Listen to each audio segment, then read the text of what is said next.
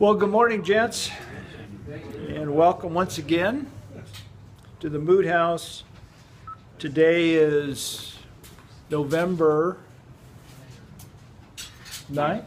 November 9th. Yeah. The day after, yeah. It's interesting times, that's for sure. How many days after we had here? So we want to continue our journey. Yes, indeed, we are going to move on to stage 4 this morning.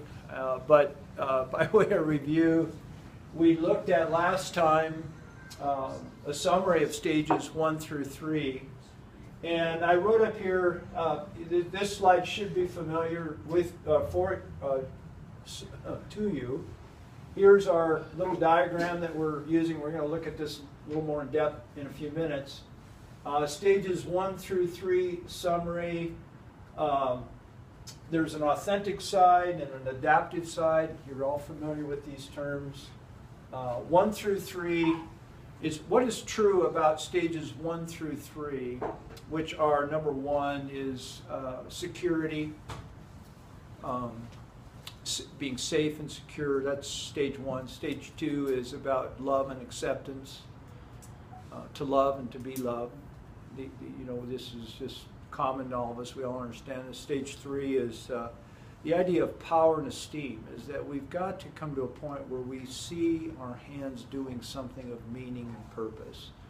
And that's something that's innate within every human being. All of these 3 stages, what they all have in common is that they have no lasting value. They create no, in that sense, there's no transcendent quality to these 3 stages. However, if any of those 3 stages are lacking, it creates a great amount of anxiety within ourselves. And that's what then, why this adaptive side exists, is because sooner or later in all of our lives, one of these 3 things are going to be lacking that causes us to live outside of this, in this adaptive self, and compensating in order for us to create in our own being a sense of security.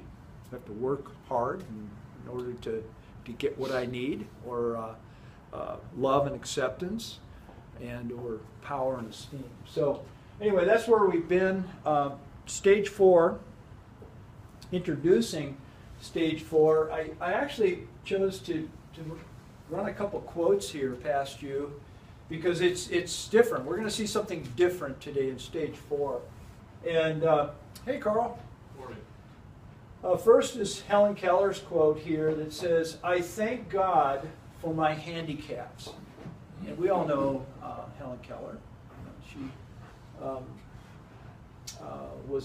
she was blind, and she could not hear. Yeah. Blind and deaf. Yeah, blind and deaf, yes.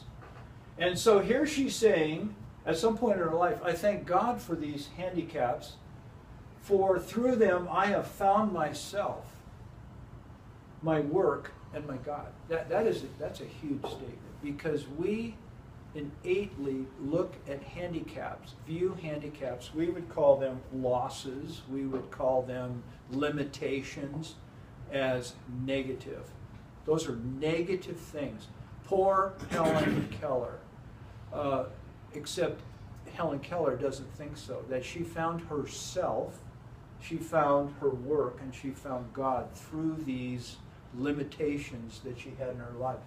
And then, similar, in the Apostle Paul states, and this is a very close approximation, depending on your translation, "When I am weak, then I am strong." Have you ever thought, what does that mean?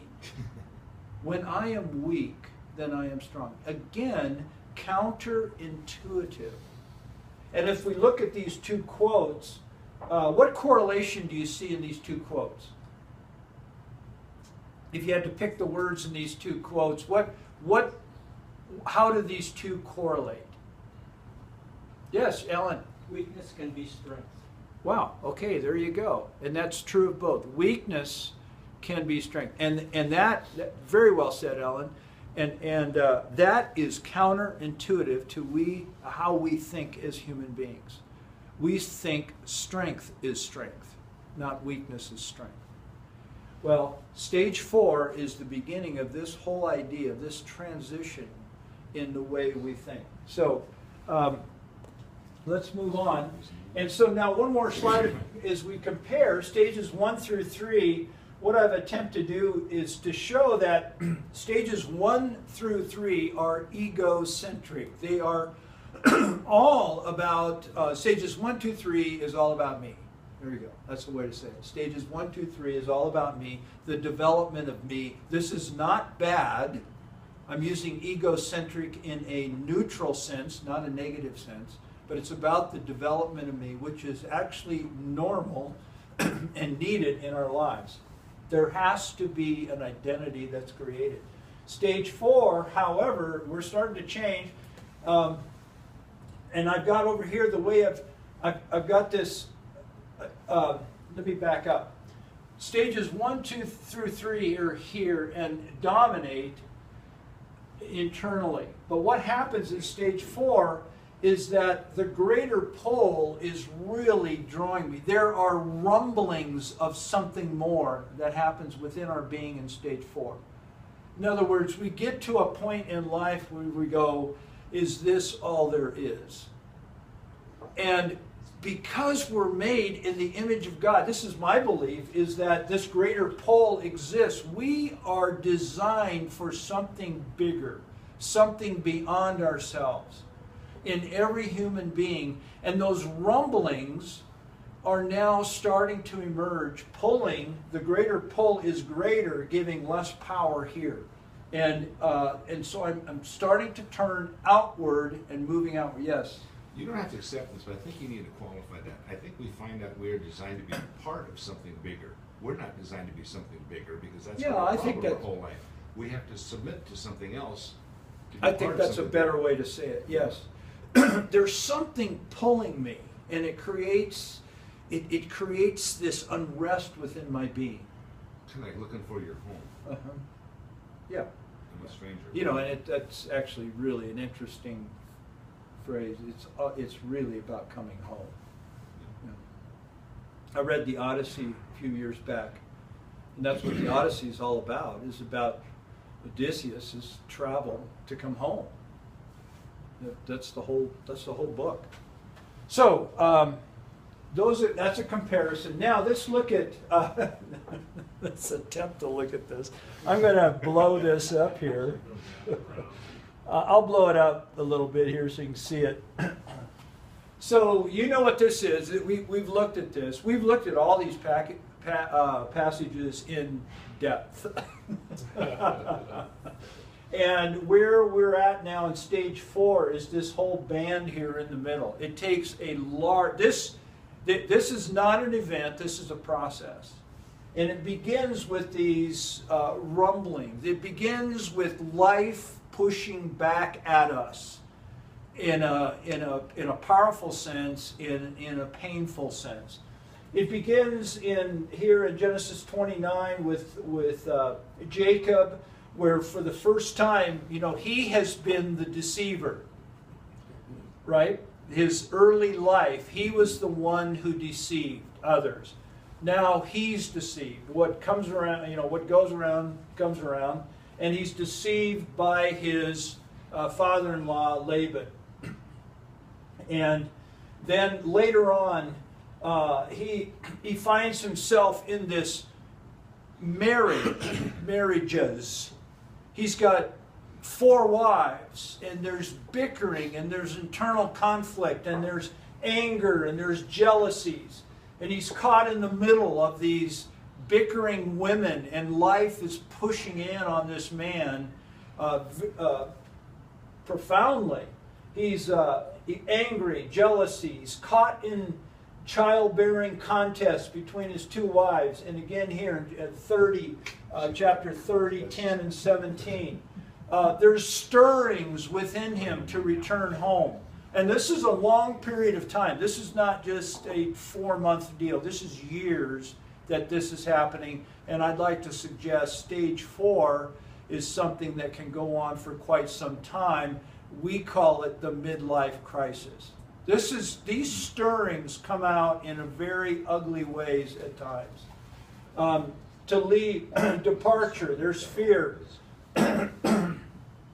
But all that leads up to this one verse down here, 31:31, and that's what we're going to focus in on, because I think 31:31 represents what stage 4 is about.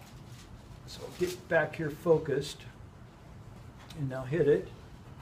And here it is, 31:31, stage 4, and this, you've seen this slide. We have one of these for each stage. The action, Jacob states his fear. Good morning, Bob. Good morning. Yeah, no worries. We'll let you get set up, and then we'll take a little break.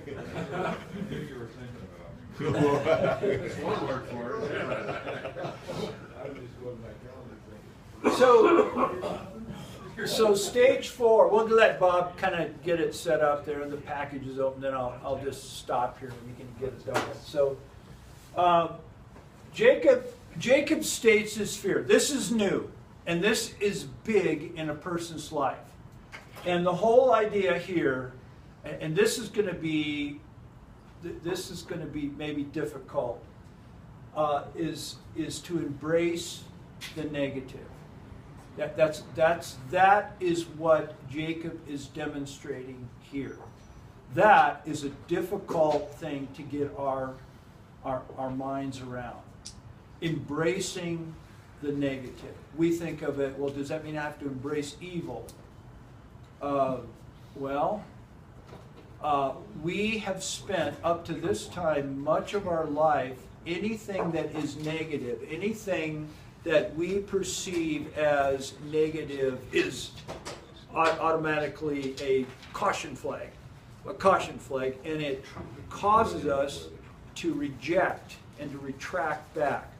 What I see in his life here is the first instance of an honest self-assessment, and he's embracing the negative. That is a huge step in a person's life, is when for the first time they can come to this place of true honesty.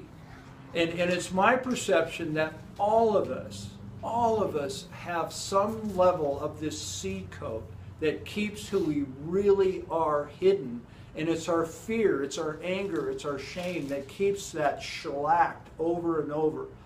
But what is starting to happen in stage 4 is that seed coat is starting to break open.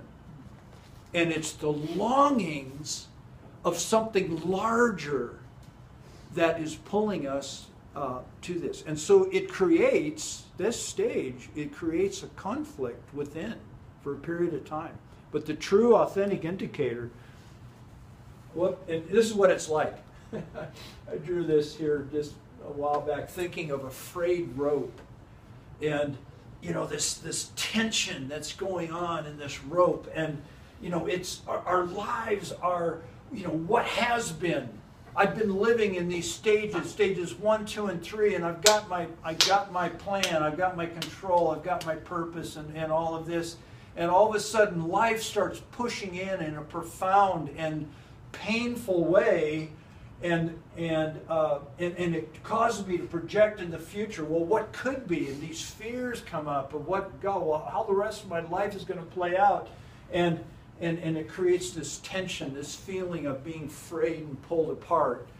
And the indicator that we're working through stage 4 is the fact that I can really start addressing my life honestly. And the first step is to embrace the negative, which is a very difficult thing to do. So Bob's got us all set up there. Let's just take a little break and grab a donut and juice, and we'll get back here in just a minute. Sure. And I can't shut the video off because it resets the whole thing, so we're just going to have to let We're gonna have to let the video play. Can you sing or entertain or something? You're like ordering a coffee break. That's good. Yeah.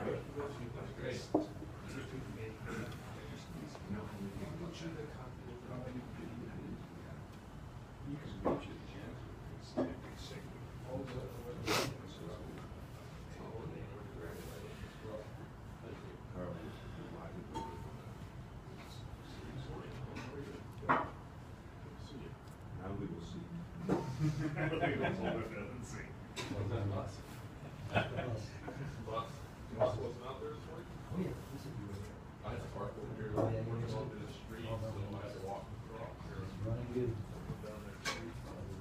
There's no pause button on this. So it just keeps running. Yeah, so if I shut it off, it creates a whole nother video, and then I gotta splice them together, and I don't wanna do that. So if you're out there watching this, I'm sorry. Oh, that's happening, right, because you're doing this for your. Yeah, this goes on the blog. And thank you. Yeah, thanks a lot.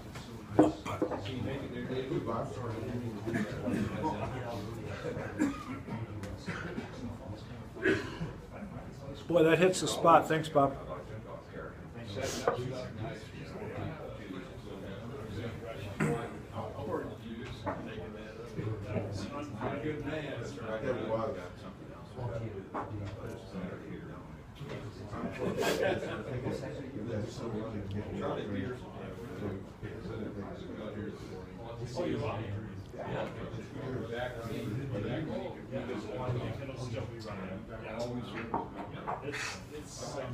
In the winter, it runs like every other day, something like that. It's reduced, but in the summer, it's the longest passenger train I've been on. It was like 24, 25. So there's a lot of text on the screen here, guys. Let's go ahead and get started. There's a lot of text here on the screen, and so I blew it up. And what I attempted to do here is summarize what stage 4 is about. And again, in sync with what we've been looking at, we've got the authentic indicators and the adaptive indicators. And but let's first of all, what does stage 4 look like in an authentic sense here? There's a deep sense of loss due to an emerging awareness that the world I have built is simply not working. I said earlier that this is where a young person, let's say a young man, has been building his life. He has been ascending for quite some time, and sometimes some period of time in there, usually in our 40s or so.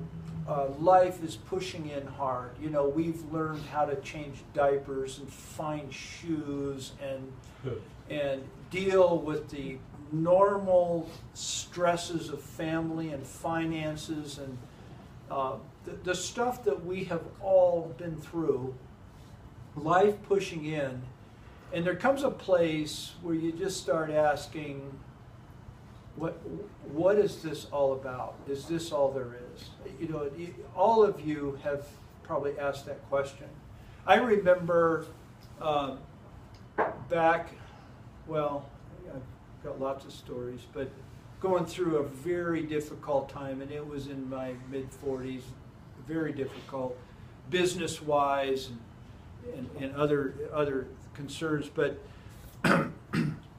I remember in those days, I was in a place where I could buy Rockies tickets, and I had 4.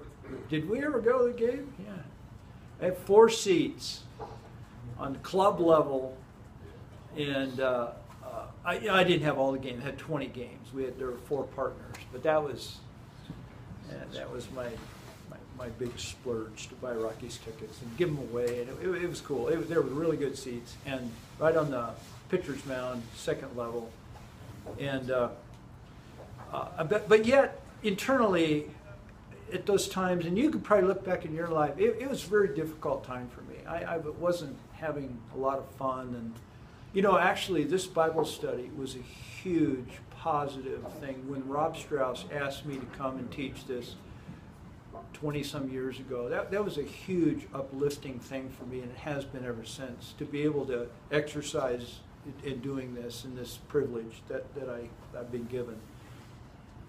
But anyway, I have a background in baseball, and played a lot of baseball as a kid. And I'm a left-handed pitcher, and one of the first things as you work with small children, if you watch them, what they try to do is when the ball is thrown to them, they swipe at it with their baseball glove, and they try to catch it out of the air like this. And it's real common with new players, and so the first thing you teach these young players is let the ball come to you. Just let it come to you. Just and release it. It's a smooth action. And by the way, wasn't that a wonderful World Series? Oh my goodness! Jeez, that was. That last game I think it's got to be in the top 3 baseball games I've ever seen. It contained everything, mistakes, good. Oh my goodness, it was. But anyway, let's get back. Rob Strauss's game. Yeah, I haven't talked to Rob yet. Oh, that was heartbreaking for. Rob, But yeah, Rob had to deal with his son that if they won, he would have a tattoo on his shoulder, so he didn't have to get the tattoo. so. That's so funny. So let the ball come to you. Well, I can remember sitting up at the stands one evening with my family. There were 4 of us up there, and the fly ball. And very seldom on the third base side do you get a fly ball. It's usually on the first base side where the foul balls go. And so here it comes, and I knew it was headed this way, and it started coming down, and of course the crowd, right here we're up 3 rows back, and it was like the parting of the Red Sea. It was just an amazing thing that the ball hit about 2 rows. No, it hit behind me. I turned around like this, and it hit right on the step of the aisle. It hit perfect, and I'm standing there. It was like the parting of the Red Sea, facing away from the diamond, and the ball just came right in here to my hand. And I felt this impression, just let the ball come to you. Isn't that something? And I have this ball today. I have this ball in my office in a glass case as a remembrance to just let the ball come to you. Ebenezer. Now, it's taken 15-some years and plus to learn what that means. But I think it has everything to do with stage 4. To learn to let the ball come to you. So, anyway, the stirring that this world that I have built is not working. This is when a lot of us get into, this is when we make really poor decisions in life. We find a younger, more attractive woman that we think is going to satisfy our needs. And so this is where guys start really dealing with this whole thing of this conflict and trying to find meaning. And sometimes we make bad choices in this whole thing. For the first time, and again, this is a period of time, culminating at a point where we first time the true self-assessment takes place. After we've gone through that affair that we think is going to satisfy, we bottom out, and we get to this place of where I'm really, really willing to do business. And what allows me to do that is this embracing of the negative, which is new. We have learned to fight the negative our entire life and to push it out of our lives. But if we, just like Helen Keller, this handicap, this limitation has through that, I have found who I am. It is so counterintuitive, but so true. Thus, Paul's words, when I am weak, when I am able to embrace the negative, so to speak, then I am strong. It is a letting go, and it's an abandonment. It's disconcerting. It's painful. It results in disillusionment. Disillusionment is the removal of the illusion.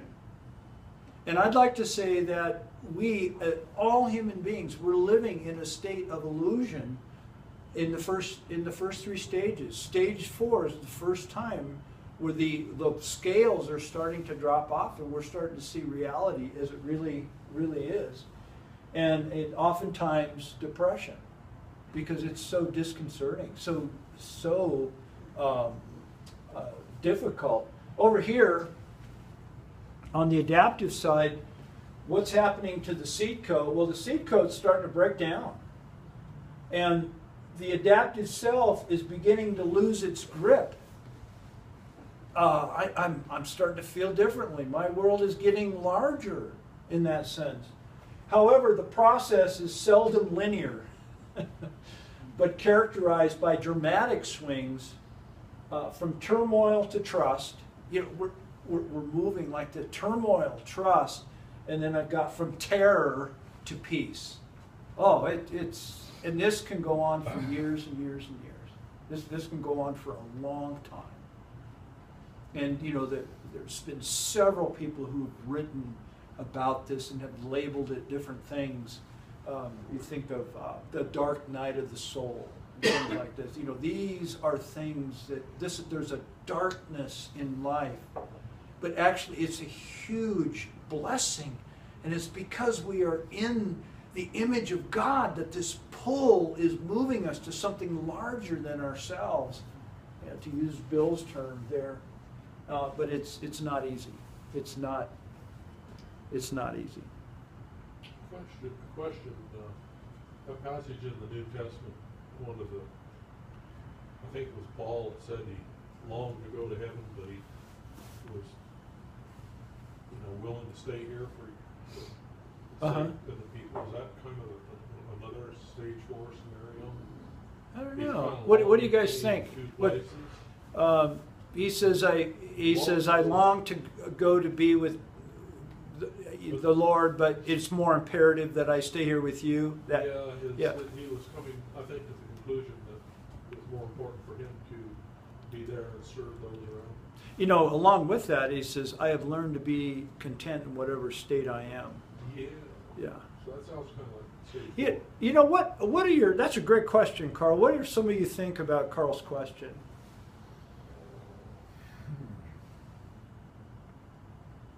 Well, it's back to you dying to yourself, and he has a preference. Also, this is what I would like to do. But if that's not what you want, Lord, I'm happy to do what you want me to do. But that happened in his life long before he was ready for that decision. That wasn't a new breakthrough for him. Okay, somebody else? Because I have an opinion on this, but I'd like to hear what some of you say. Yeah, there's no, yeah. We're not going to judge your answer, so.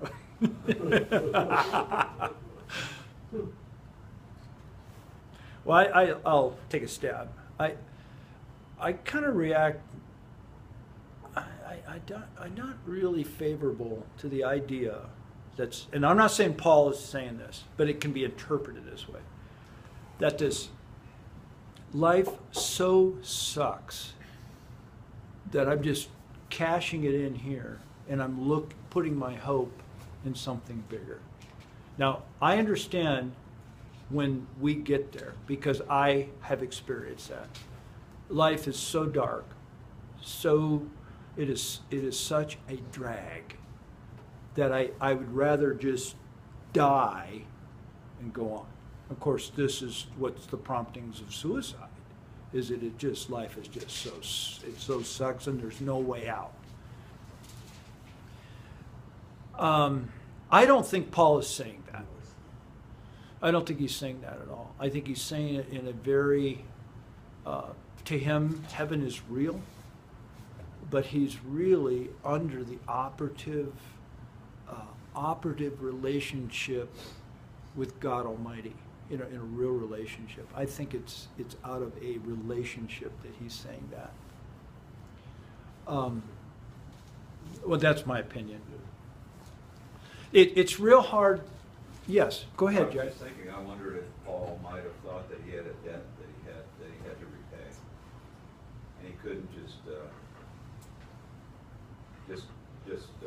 give it up at that point. He had to hang around Uh-huh. and repay the debt that he owed. It could be. I don't know. I would want to believe that he's okay with that. The thing of it is we've spent much of our life with looking for happiness and rejecting the sorrow. And what's happening here in this stage is we're starting to bring those two together so the two can coexist. And to live in a state of sorrow, but yet deep happiness in something much more secure, in something more deep. And that's new. That's very new. We've always rejected the sorrow, the negative. But to be able to come to a place where we start in stage 4 to embrace that. And we'll look at how that develops in stage 5. But this whole thing of embracing the negative and getting honest, I'm going to end it with this little 3-minute clip. We looked at last time, two times ago. I'm pulling clips out of a movie, The Company Men. Didn't I showed The Company Men here with Bobby, and Bobby is out. Bobby has lost his job, Bobby Walker, and he has lost his job, and he's in La La Land. He doesn't get it, and he has to have his wife shake him. And he thinks life is going to go on. He's in denial, and that's early Bobby. We're going to see him in the next couple of weeks. His transformation in this whole process, which is this movie is like a metaphor for life in these stages. We're going to look at another character here in the movie. Tommy Lee Jones, his name is Gene McClary, and is Bobby's boss. And they've just had one of their coworkers, Phil, who has committed suicide. He just couldn't go on. He could not go on, and he chose that direction, dealing with this whole thing of corporate downsizing. And you're going to hear Phil's name in here. So Gene is Bobby Walker's former boss. They're both fired. And Gene was one of the founders of this big GTX corporation. And there's just a monologue. But they're walking in this is the shipbuilding business. They were into shipbuilding, and shipbuilding has fallen apart, gone offshore. And you're going to hear Gene McClary's monologue of life, and I'm calling it Getting Honest. He's really getting honest here. And I think it's, could we have the lights down and look? Back before we got lost in the paperwork. And at one time we had a frigate right here, back there, guided missile crew. Phil started out here in the hull assembly. He was this skinny little bastard, dude. Fearless. He'd hang upside down all day long in a bosun's chair, 70 feet off the shop floor, welding an inside seam. I mean, Jesus.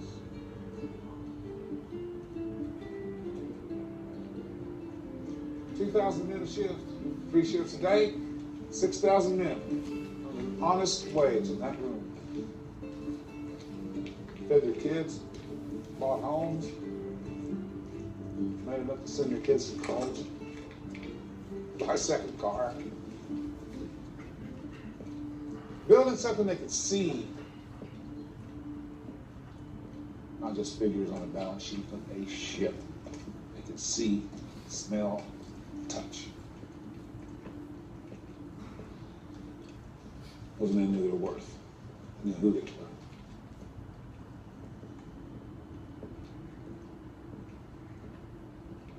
One day you're making $50, the next day 5,000, and one day 5 million.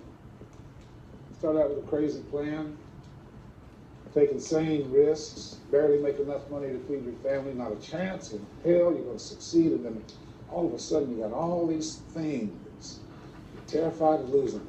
Stock options, corporate jets, vacation homes in the Bahamas. You know, truth is, I like $500 lunches and $5,000 hotel stays.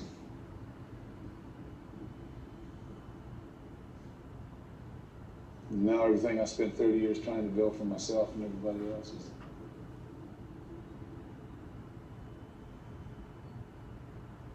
gone.